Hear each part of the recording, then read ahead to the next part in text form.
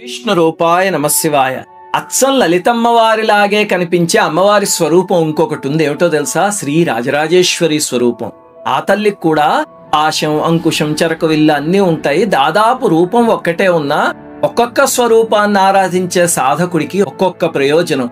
రాజరాజేశ్వరి ఆరాధన ఏమిస్తుంది అంటే లలితా సహస్రనామంలో చెప్తారు, రాజపీఠ నివేశిత నిజాశ్రిత అని. అంటే మామూలు పదవుల్ని ఇవ్వగలదు, మోక్ష సామ్రాజ్యాన్ని ఇవ్వగలదు. ఆశ్రయించిన భక్తులు ఎంత కిందున్నా పైన తీసుకొచ్చి కూర్చోబెడుతుంది. అనామకుణ్ణి సైతం పై స్థాయిలో కూర్చోబెట్టి చక్రవర్తుల్నే వాళ్ళ కాళ్ళ దగ్గర ఉంచుతుంది. మీకు సంఘటన చెప్తా. తమిళనాడులో తిరుక్కడయూర్ అని ఒక ఊరుంది.